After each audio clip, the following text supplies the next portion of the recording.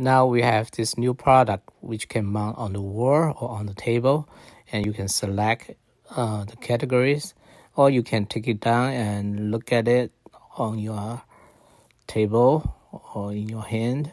So select 2 items and go to the fire screen to send to the kitchen. 2 order fired, and then left side is English, right hand is Chinese. Customer can select what they want. Now I'm selecting a to-go order. After I've done, I have a to-go, the orange color, 1 item, sent to the kitchen with a to-go mark, and done. And then I can go pay.